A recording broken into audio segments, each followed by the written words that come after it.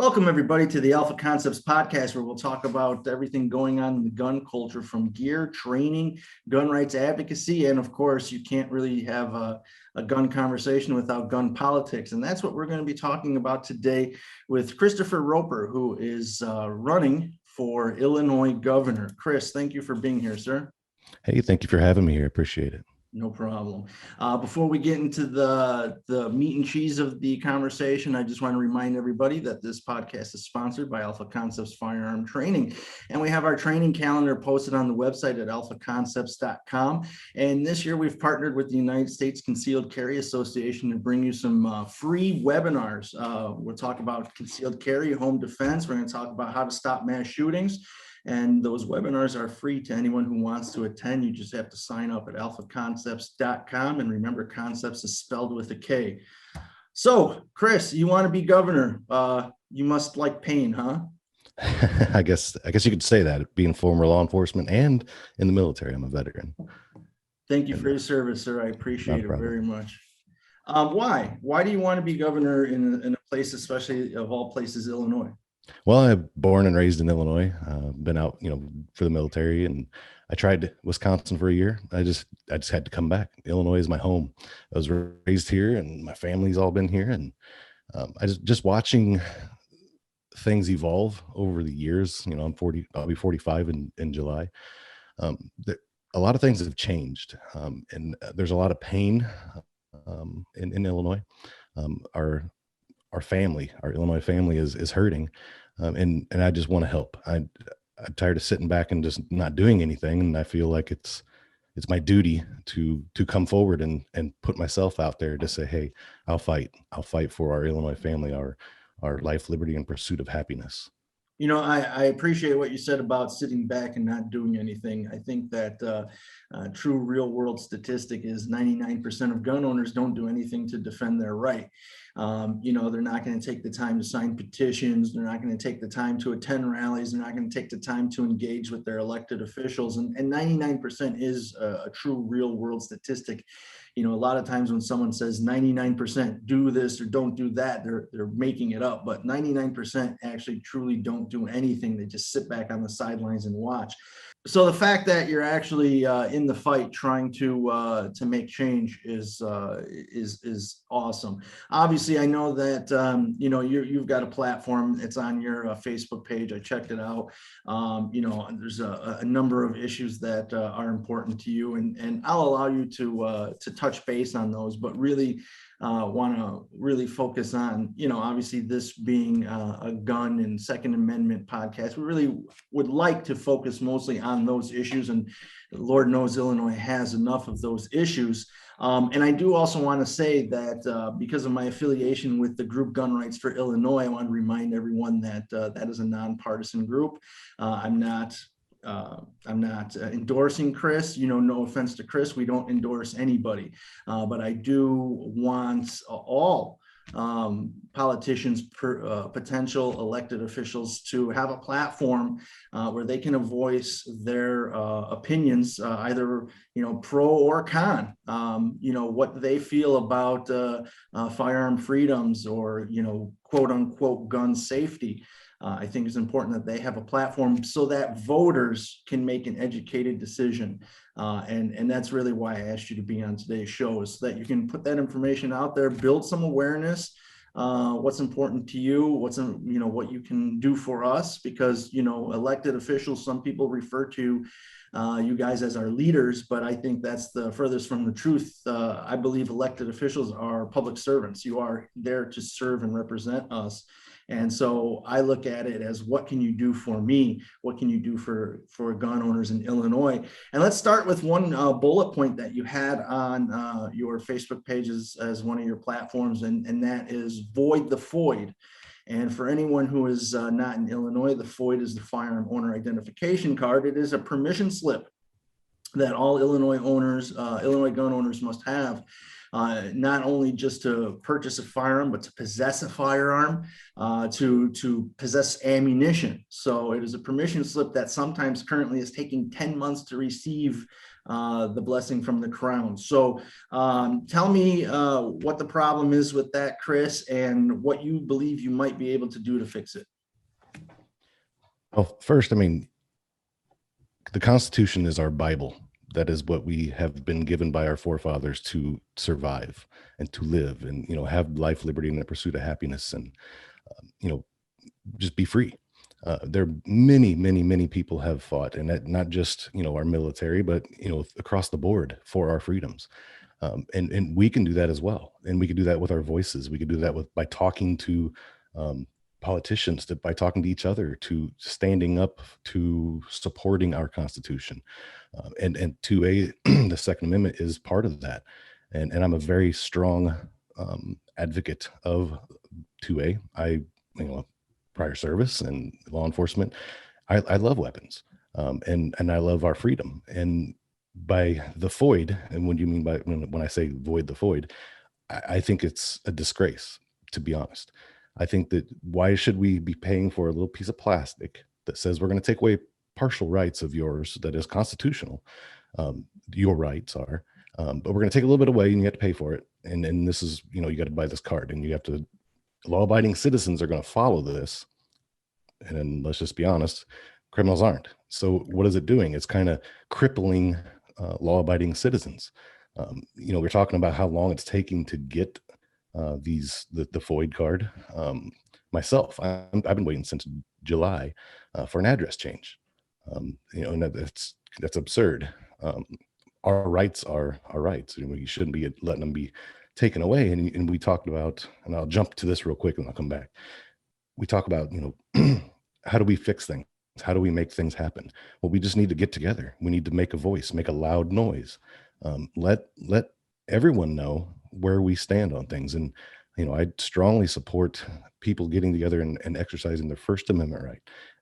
And we as gun owners should do the same thing.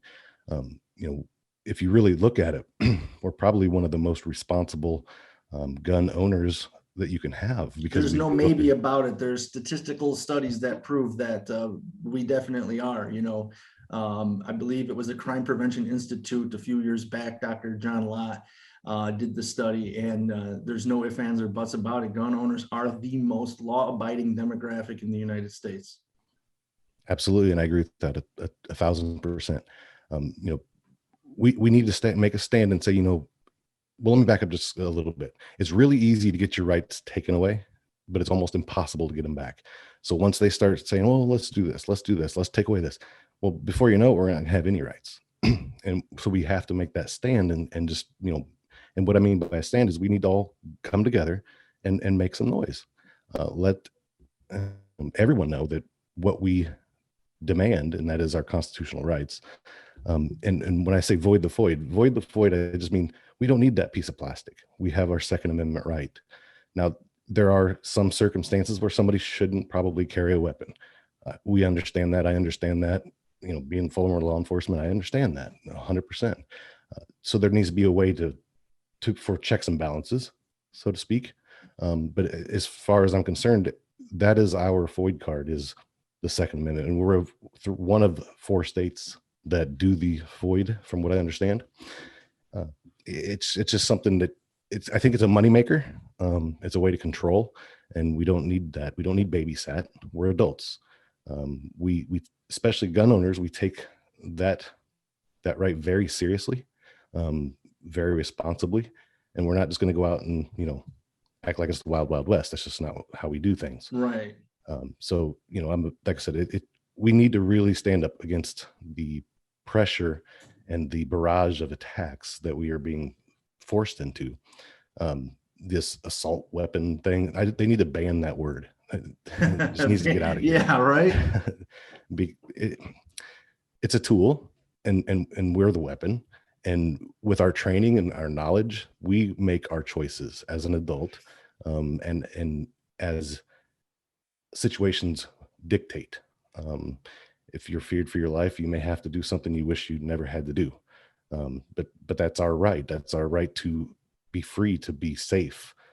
So that's where I stand on gun ownership. I think, I love weapons. I think, everybody should own one and everybody should learn how to use them properly and responsibly. And I would love to see every person have a weapon. For me, people have asked, why do you love guns so much? Why? I don't understand. And the answer is very simple. I don't love guns. I mean, I enjoy them. They're awesome. They're fun, but I love what they are. And what I mean is the firearm, the right to bear arms is not the right to own guns because they're cool. It's the right to be free from tyranny and oppression and self-preservation. And that's what the tool allows you to do. I love firearms because I love my family, and it allows me to protect the most important thing in my life, which is, my children and my wife. And when somebody wants to pass a gun law that makes it harder for me to do that, I believe truly, I heard it said one time that every single gun law is a crime against humanity. And I believe that if you understand the purpose of the Second Amendment, and our right doesn't come from the Second Amendment, our right is a natural born birthright to be, again, free of tyranny, oppression, and self-preservation. And when you understand that, then to me, it makes sense that anyone who is trying to take that away from me hates me. The first most important thing is my family, and the second most important thing is the ability to defend them. And so when someone tries to take that away from me, it upsets me. It makes me mad because I want to, it is my duty as a provider to and protector to protect them. But when we say that everyone should own a gun, I think that I don't want to force my lifestyle upon anybody. It should be their decision. When we talk about arming teachers, the common argument is that, you just want to arm teachers. No, I want to give the faculty and staff that work in not just schools, but truthfully in every building, they shouldn't have their rights taken away because of their chosen profession. They should have the ability to defend themselves, and therefore by proxy, as they defend themselves, they're also defending our children.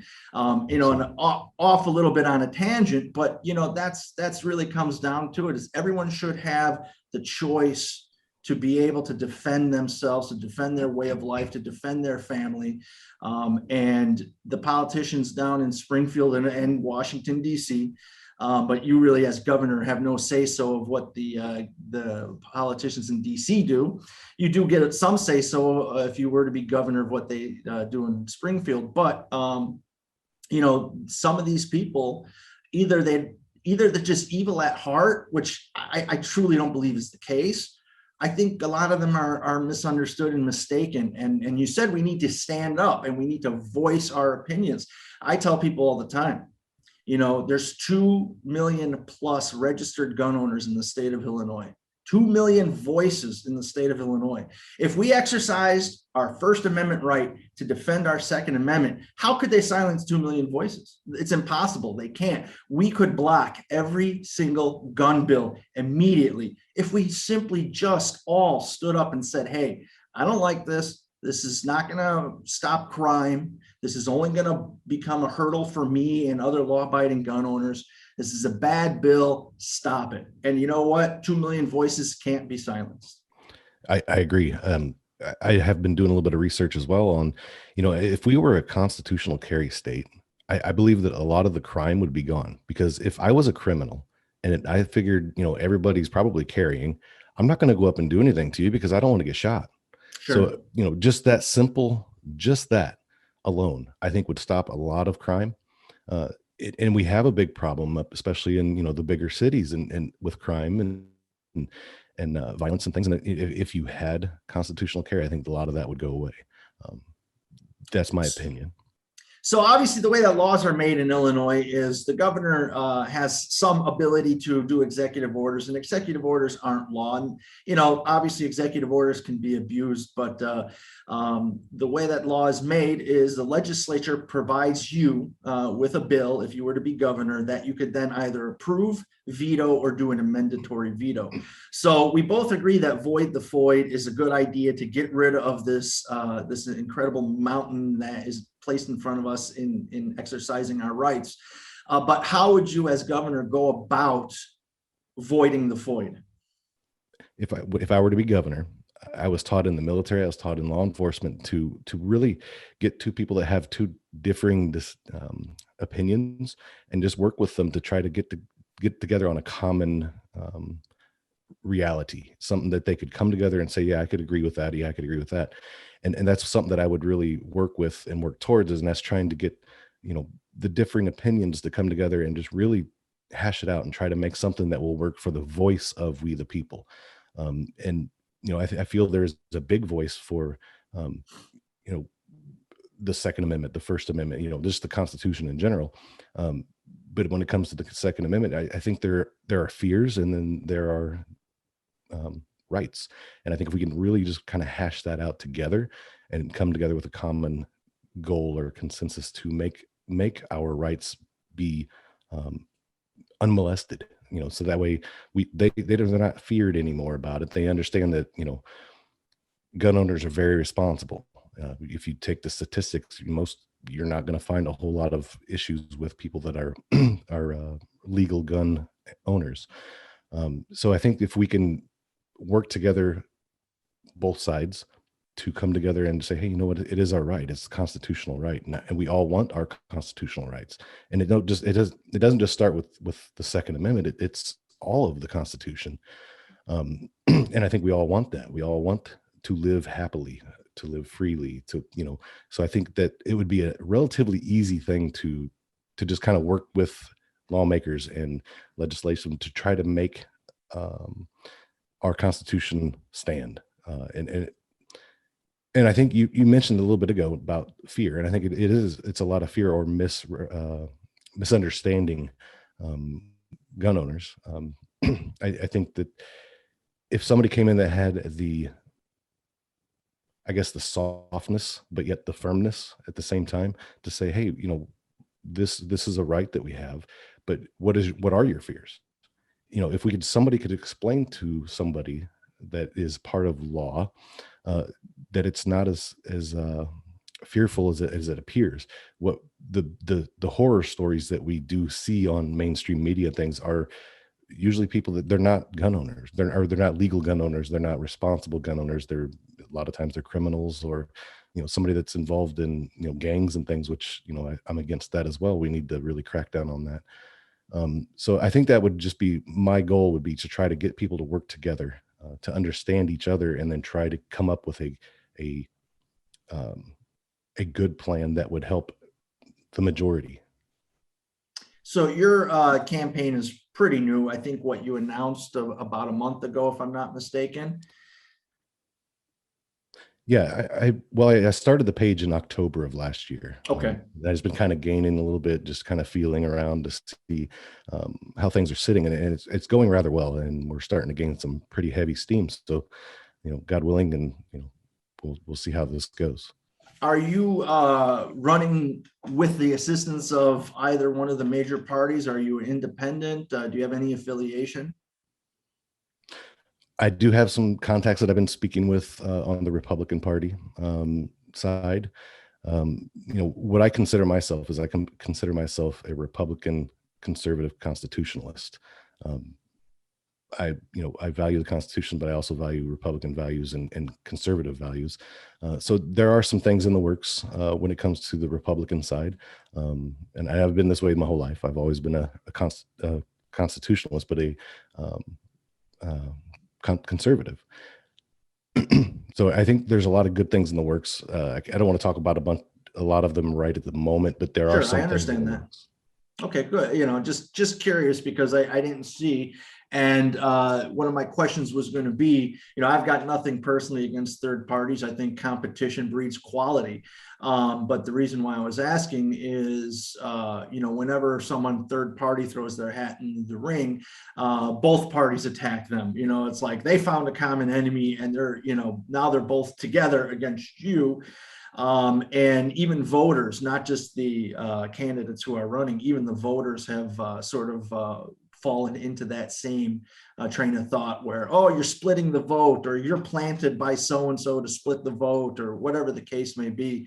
that definitely comes up. And let's say, just as an example, you're talking to the Republicans. Let's just say, for conversation's sake, they decide that they've got a different guy they want to back. Are you still in this race? What are your thoughts? Yeah, I don't give up. I'm not born that way. I'm not bred that way. I haven't been trained that way. I don't give up. And what I see happening to Illinois and Illinois families, um, to me, it's appalling. And the amount of taxes that we have to pay, and the registration fees for our vehicles, and you name it. It's a constant barrage of attack to our pocket, our wallets, and our families. The J card just passed, that the indoctrination thing last night, which was that we can't have that. We don't need that. And that's another story. But so the passion and the drive and the love that I have for Illinois and my family, my Illinois family, it won't allow me to stop. So if the Republicans don't want to carry me, that's fine. I'll be a hostile candidate. That's what it's considered. I believe Donald Trump was a hostile candidate when he first started. So, I am Republican. I am conservative. I do love our Constitution, all of it. And, if they don't want to pick me up, that's fine. I'll continue on.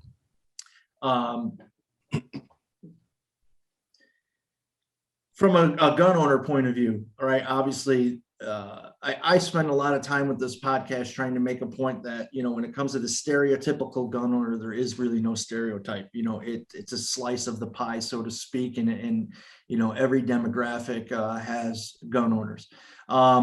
And obviously, I'm saying that to say this: there are going to be, believe it or not, there's Democrat gun owners as well that are listening to this podcast. And what would you say to them that, hey, listen, I get it. We don't agree on certain issues, but, we agree on these issues. What would you say to them to kind of maybe make them, obviously, a half hour, 45-minute, hour-long podcast isn't going to convince anybody, but just to kind of sort of plant the seed that maybe you're at least worth looking at. What would you say to them? Well, I've always said this, and I've been this way my whole life. I don't care who you say you affiliate with when it comes to politics. What I care about is your human being. And because of that, I love you. And I will support anybody, and I will fight for any human being and human life. That's me.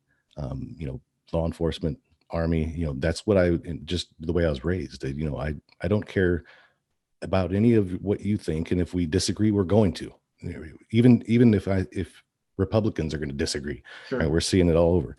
Democrats disagree, but we're going to disagree because we're human, and we all have our own mind and our own brains that we, and morals and functions. This is how we are. But what sets us apart from anything is we have the right to reason. We have the way to reason. We have, compassion and understanding. And that's what I bring. I bring compassion, understanding. I get it.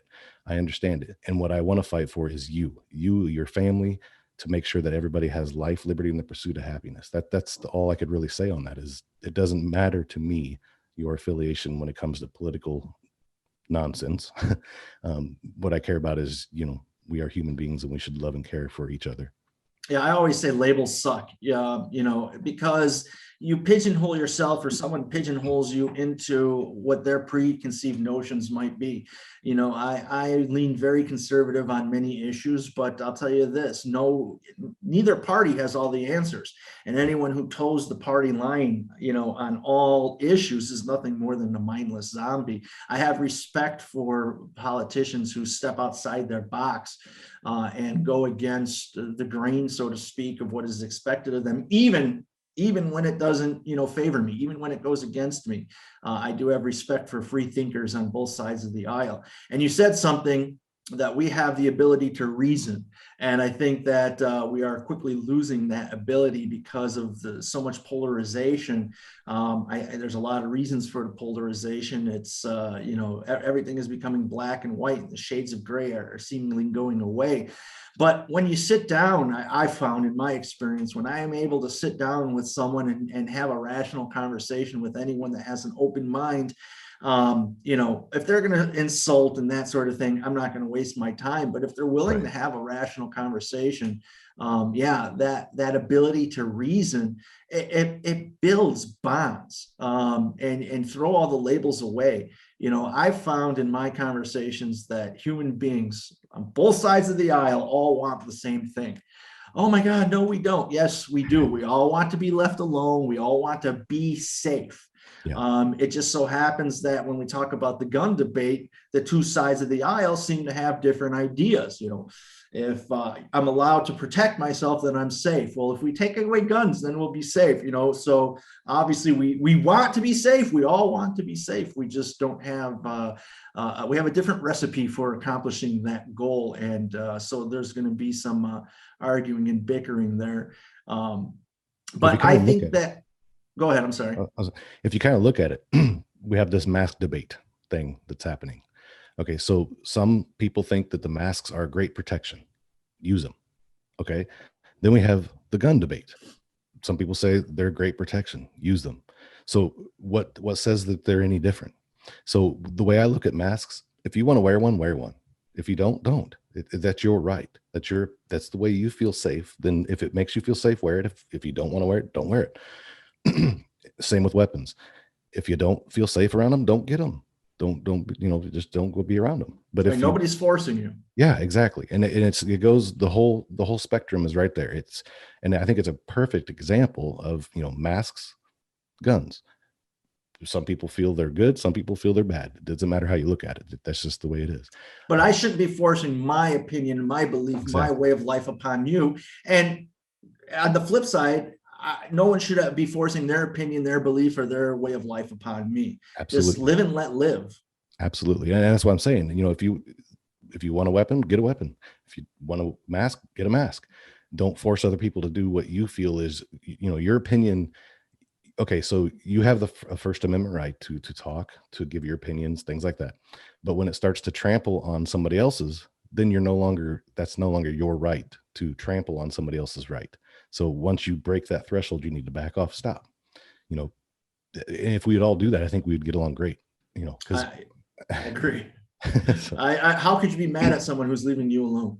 Right. I mean, and I want to hear people's opinions. That's the thing. I'd love to hear everyone's opinion because I love to learn. And the military taught me that, and law enforcement too. A great leader has ears. If you're not listening, then you're not a great leader. Two ears, one mouth. Exactly. So I want to hear all these different opinions and thoughts on many things. I'm not probably not going to agree with every single one, and you're not going to agree with every single one of mine. But we can also look at each other and agree to disagree and still be human beings to each other, still respect each other as people and as a person. I feel like we're losing that in a very rapid rate. And it's very saddening because it's destroying our country. We all just need to get along, to understand that, we're going to have differing opinions, but ours is not better than theirs and theirs is not better than ours. Yeah, I think media is partially to blame. I think social media is also to blame. Obviously, there's censorship, but not even that. It's the fact that people have the internet tough guy, and they feel like they can say anything they want with impunity because they know no one's going to punch them in the face. Right. Whereas they would probably toe a slightly more polite tone if they were having a conversation face to face. And I think that that's the same tone that we need to use when we're talking and communicating across social media, because as soon as you start name calling, as soon as you start insulting, even if you're being passive aggressive about it, people throw up walls, and once those walls are there's no bonding, there's no learning, and it's over. You're just at that point wasting your time. Yeah. Yep. So what other issues are important to you? What would you like to accomplish if you were to become governor? Well, the one of the biggest issues that I and after speaking with many people is the corruption in Illinois. We've all corruption in Illinois. Yeah, we've grown up with it. It's just we see it, and a lot of our governors have been put in jail. You name it, we've had that problem. Speaker of the House under investigation for bribery and fraud. Yeah, yeah. So the corruption it's killing Illinois. It's suffocating us. This is an amazing state. We have, logistically speaking, we're located at a perfect location. We have the lakes, we have, you know, rail, we have air, we have it all. We have everything that we need here, but it seems like that we're, you know, focusing on one area instead of the whole state. You know, I think that's the problem in every state that has large cities like us. It's I mean, let's face it, population density is Cook County. Half the residents of Illinois live. Illinois is a very large state, but right. half the residents live in just one county, and half the residents of that county live in just one city. So I understand why the focus is on Chicago and is on Cook County, but then so many other people, in terms of, you know, square miles, square footage, 99% don't have a voice. Because that focus is on that one county and that one city. And even though I live in Cook County, which, you know, huge mistake, but here I am.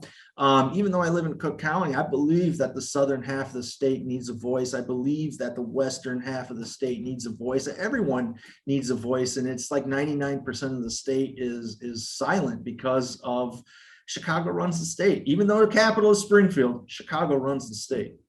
Yeah. And that's the other thing, you know, as governor, I would bring business back to Springfield, meaning the business of politics. It needs, Springfield is the capital. It's a capital for a reason. Chicago's not. And the hotline from the mayor, the Chicago mayor, to the governor, where the governor's kind of almost a puppet to the mayor of Chicago, that needs to stop as well, because the whole state matters, not just Chicago, not just Springfield, not, you know, the whole state matters, and everybody needs to have an equal voice. And that's something that I would definitely be very big on, is making sure that everybody knows that they have voice in Illinois. You know, we do need to work. I mean, like you mentioned, Chicago is the biggest, you know, Cook County. It's the biggest populated area, and it's a great place. You know, Chicago's a beautiful city. I love Chicago, but I love the rest of the state as well. And I feel I've been talking to many people, and you're right. The downstate areas, the non-Chicago, non-Cook County areas, they do feel like their voice has no meaning. It doesn't mean anything. So that's something that I wanted to bring back to our family, and that is, you know, you matter. Your voice matters here in Illinois. Another thing is, you know, we want to. Well, you were getting ready to say something. I'll let you go ahead and say that, and then I'll. Okay. No, you mentioned southern half of the state feels like they don't have a voice. And what is your opinion on the movement that is gaining traction to actually break Illinois into two states, the northern and southern half? Well, I'm going to tell you, you know, I used to be the guy that was that as well. I agreed with that. You know, separate them. You know, if they want to be, let them be by themselves. Let them be their own state. To be honest, now I don't feel that way. I feel like Chicago is a great blessing to Illinois. I feel like there's a lot of corruption there, and it's not the fault of Chicago. At least the people of Chicago. It's not their fault. It's other people's, and that is one thing that I will be hammering on, and never giving up on, is getting the corruption out of there, so we could breathe. And I think Chicago is a great asset to Illinois, and we all need to stick together. We are Illinois. We should be Illinois strong. We need to stay together. But ending the corruption will be a big thing. And that's a rough thing to get to say. I'm going to go in and start hammering on, because, you know, anytime somebody starts as a, you know, criminal, they're not going to want to get caught. They don't want to get caught. They don't want to lose everything they have, et cetera, and so on. So, but that is something that I'm very big on, is the ending the corruption. Well, you know, Donald Trump got into office promising to drain the swamp, and then he ended up having people on both sides of the aisle working against him. You're very much promising the same thing, to end the corruption. It's just different words, but same promise. And I agree with you. There's just far too much corruption in Illinois, and Illinois is not the only state, but, you know, Right. It's here big time. Yes. It's almost a joke. You know, our governor should be elected to 2 terms, one in Springfield and one in jail. You know, so I mean, we make jokes about it, because if you can't laugh about it, you're going to cry. Yeah. What, with that promise, right? I mean, you're going to receive pushback. How can you fight through that? Well, I mean, I'm not built the way that most are. I feel things don't bother me as much. So when somebody's giving me death threats or threatening to do whatever, do your thing. But what I'm going to do is the right thing. And so that won't stop. And I've always been that way. And I'll continue to be that way. And the one thing that I get from all of that is, I fight. You mentioned earlier on your family, you're going to defend your family, whatever it takes. No matter what. Exactly. And Illinois is my family, and I will do the same for Illinois. I will do whatever it takes to defend my family. I mean, that's commendable. But obviously, and this is not an attack against you. No. Politicians are known for making big Right. promises and feel good. But that, I mean, if you truly mean that, then that is a wonderful thing. Yeah. And I guess another thing, I'm not a politician. So I'm running for. Good point. I wanted to ask you about that. You have not been in office before. You're going straight for the top. Yep. I'm not messing around. And, like I said, we need change in Illinois. We need it so we could all get along. We could all enjoy our life. The standard issue politicians have been doing nothing but handcuffing us and taking away our freedoms here in Illinois for decades. And it's proven that it's not working. It's proved itself time and time again. It's not working. So why not go back to the way that our forefathers envisioned our country? And that is, a normal person comes in, serves their state or serves their municipality, serves their country, and then they go home. They do it for a time and then they leave. I'm for term limits. I think we need term limits. It's very needed because, if you're going to be in office for so many years, you're going to lose touch. I'm getting old myself. So my kids are saying, "Hey, Dad, you're getting old. You don't know what that means?" No, I didn't. Sorry. I'm on Urban Dictionary all the time. I've got two kids, 11 and 15, and they'll say something and I'm on my phone, right? Urban Dictionary, define what this, oh, okay, I get it. Yeah. And it's the same concept with politics. I think, if you're in office for so many years, you're losing touch. You're not up to today's standards. So we need to keep the fresh faces rolling in and fresh ideas. And we just need to embrace that. That's what was, I feel we should have been doing this whole time. And we need to push that. I know there's some that are pushing for it now. I would definitely. Well, they just the Illinois House, which is surprising, but a step in the right direction. I don't think they quite went far enough, but a step in the right direction. Passed that Speaker of the House can only be elected for 5 terms, which is 10 years. Right. Again, a step in the right direction because we had former Speaker Madigan, who was there for 25 years or something, the most powerful man in Illinois. Puppet, the governor was a puppet to Madigan. Yeah. And part of the reason Rauner got nothing done was because Madigan wouldn't let him. Right. So definitely a step in the right direction, but I agree with you on term limits. I think that, there are some good guys down in Springfield. Absolutely. And we will lose them with term limits, but you know what? I think it's worth that sacrifice to bring in the fresh blood, the fresh ideas. Absolutely. And, I struggle with that myself. I was like, what if you get a really good governor in there?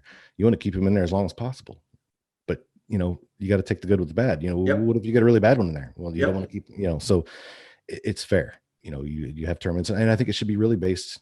The governor of a state is basically like the president of the country. Sure. So it should be the same term limits. And,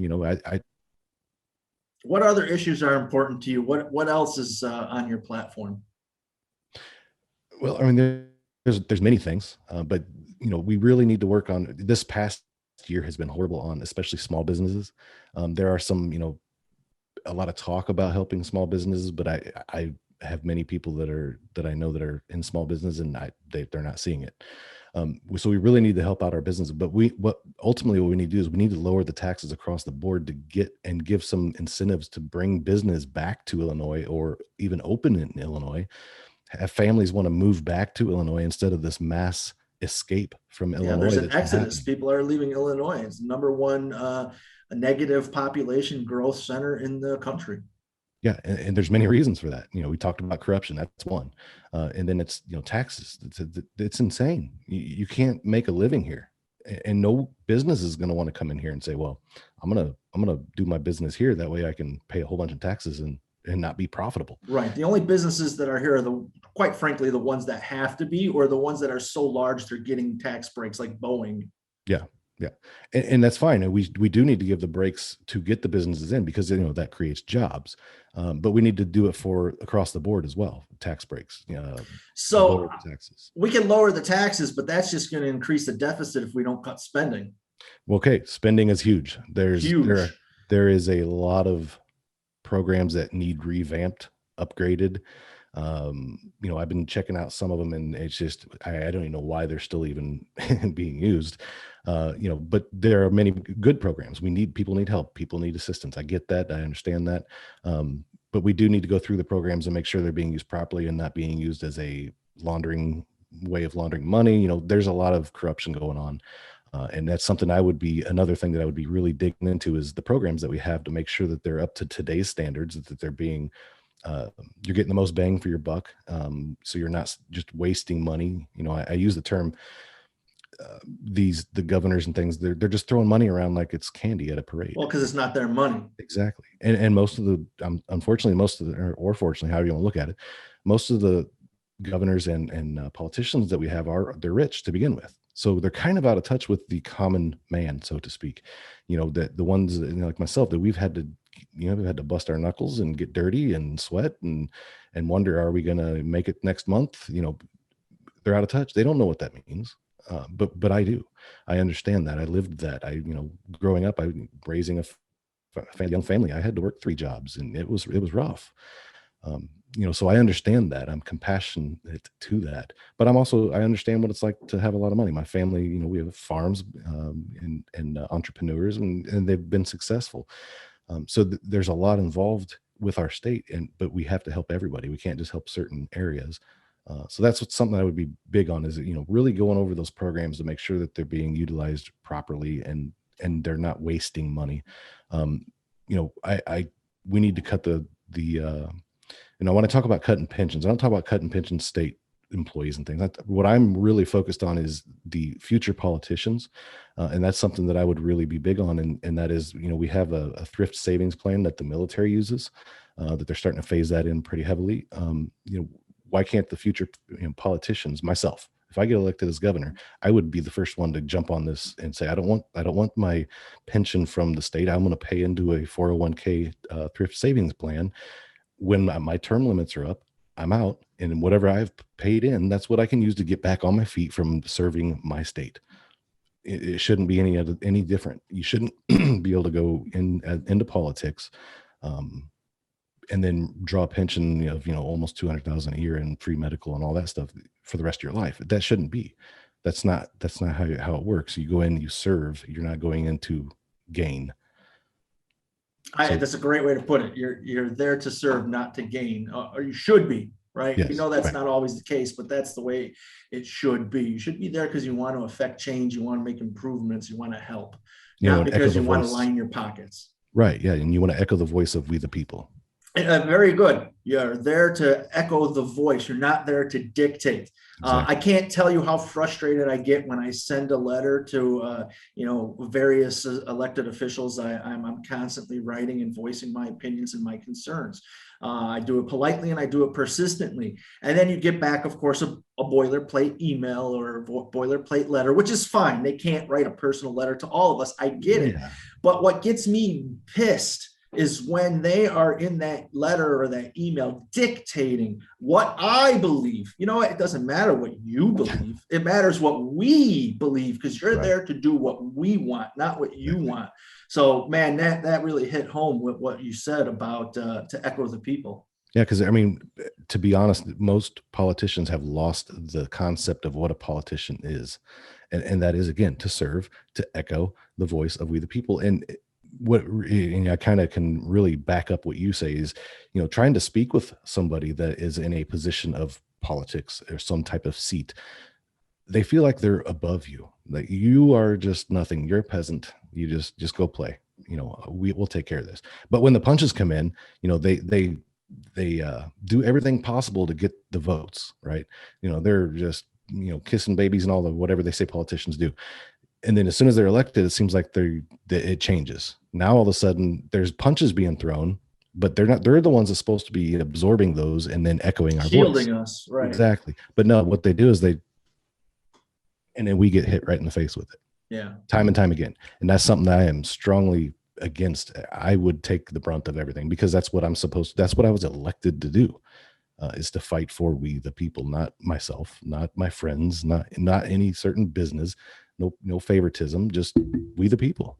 Let me ask you, might sound like an odd question, but in one of my high school civics classes, one of my teachers, we all have teachers that stick with us. And this is one of those teachers who I'll remember to the day I die. He was entertaining, he planted a lot of the seeds that have flourished in my head. And discussing running for office, not me, but just the why people do it. And he made a comment that some people run because they want to win. They actually want that seat. Some people don't want to win. They run because they want to bring attention to issues that are important to them. Which side are you on? I think I'm on the side of, I just want to be the voice. Finally, somebody that actually stands up and is the voice for we the people. I didn't have to do this. I'm comfortable as it is. I'm, a disabled veteran. I can sit at home. I'm, do my family thing and play video games with my kids and go fishing and go hunting and, all the things that I enjoy.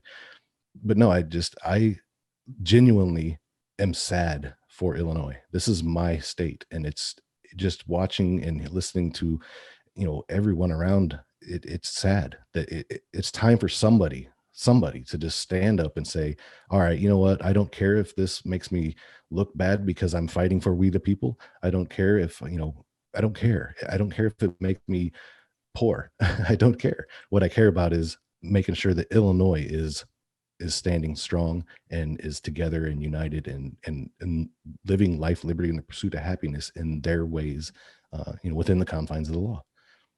So to answer that question, I can't really say either way, other than I'm tired of watching my Illinois family suffer. What I heard you say was you want to make Illinois a better place one way or the other. Right. Either way.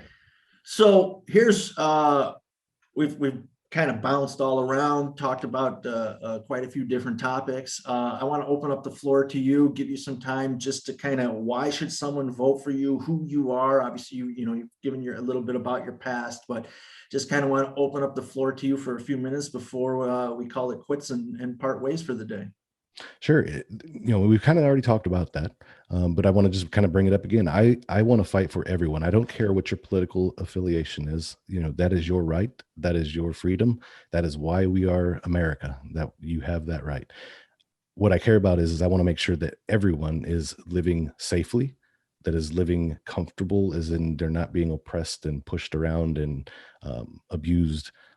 There's a lot of things that are happening, that has been happening, and it continues to happen in our state of, many forms of abuse. And I'm just tired of watching my Illinois family suffer. I want to fight for we the people. I want your voice, our voice, to be resonated throughout the state. I want us all to just, be able to relax and enjoy life, because life is extremely short. We just need to enjoy it. But I'm here. I want to fight against the corruption that has been crippling our state. I'm here. I want to make sure that our taxes, that kind of falls in line with the comfort and life, liberty, and the pursuit of happiness. Lower the taxes. Stimulate growth in Illinois when it comes to families, businesses, etc. Update our infrastructures, our parks. I'm an avid fisherman, hunter. I watch a lot of the places that I've always frequented to fish, that it's really going downhill. They're falling apart. Their funding isn't there. Whatever reasons they have. It's a shame. We have a beautiful state, and I want to continue to just let that flourish and blossom into a beautiful flower so we can enjoy it and be proud of our state, instead of making the jokes that we talked about earlier of, how we can become a kind of a joke to the rest of the country because of our politicians that we're putting in place. And just be careful. That's the other thing I want to hit on is be careful who's running. Watch, see what they're about. Make sure they're not fake. Make sure they're not just telling you, words to get votes. Make sure they're genuine. Make sure that they are there to support you and not them. That's kind of all really. That's just me in a nutshell. I just want everybody to enjoy life, and I'll do what it takes to make sure that happens. We have a tough road ahead of us, and it's not going to be easy. It's just, there's no other way to put it. It's not going to be easy, but I want to make sure that there's a fighter in for we the people, and I feel like I'm that person. So I ask that you just please consider me in your voting for governor. Nothing worthwhile is ever easy. I mean, that's the bottom Absolutely. line. It's not, if it was easy, everybody'd be doing it. So how, if someone wants to get a hold of you, if someone wants to reach out to you, how can they go about contacting you? Well, I mean, I have multiple platforms, but the easiest way then to just throw out one thing, and that is my website. That'd be www.christopherjroper.org. And it has all my links in there, and you could get a hold of me any way you need to from that website alone. So that'd be the easiest way. I want to thank you very much for being on today's show. Is there anything else you want to add before we go? No, I just I appreciate what you guys are doing there, and I did get to check out your page a little bit, and I just say hula to you guys, and keep it Thank strong. you very much. Yeah. So again, thank you for being here today, Christopher, and I want to thank everybody for listening to today's podcast. Stay tuned for future podcasts. I've got some great guests lined up. We're hitting 2021 with full speed ahead. Don't forget to check out the Alpha Koncepts website for our training classes, as well as those free webinars. You're definitely not going to want to miss those free webinars. A lot to learn there. And if you have an idea for a future podcast, if you want to be a guest, or if you've got a topic you'd like to see me discuss, definitely reach out, alphakoncepts.com. Remember, Koncepts is spelled with a K.